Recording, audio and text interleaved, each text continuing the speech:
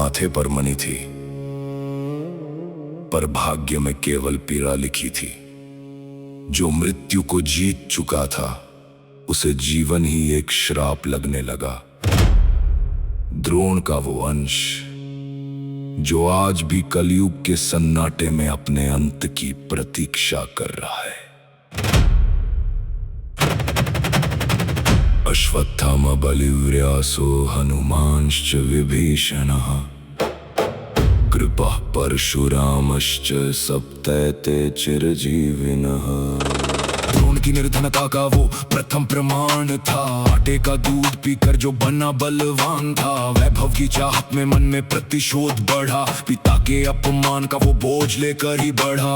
रुद्र का अंश वो काल का अवतार था। पिता के प्रेम हेतु जो करने को सब तैयार था। माथे पे मणि पर काल का वो विधान है।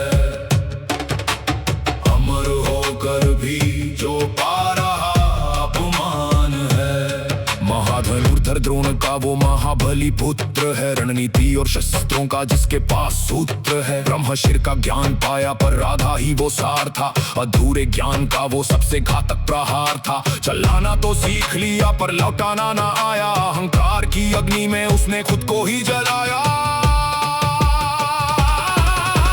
माथे पे मणि पर काल का वो विधान है। अमर होकर भी जो पा रहा अपमान है। पांडव शिविर में जब सन्नाटा वो गहरा था। अश्वत्थामा के मन में प्रतिशोध का पहरा था। द्रौपदी के 5 पुत्रों का निद्रा में वध किया। पिता की मृत्यु का बदला छल से उसने सध लिया। पांडव समझे अंत हुआ पर ये तो बस शुरुआत थी। अश्वत्थामा के हाथों में विनाश की वो रात थी। माथे पे मणि पर काल का वो विधान है। अमर होकर भी जो पा रहा अपमान है।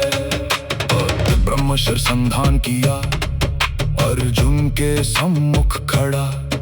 पांडव कुल के नाश हेतु वो अधर्म की ओर बढ़ा।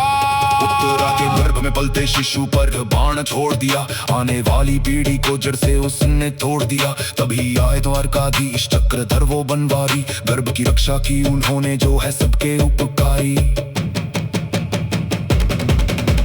माथे पे मणि पर काल का वो विधान है। अमर होकर भी जो पा रहा अपमान है।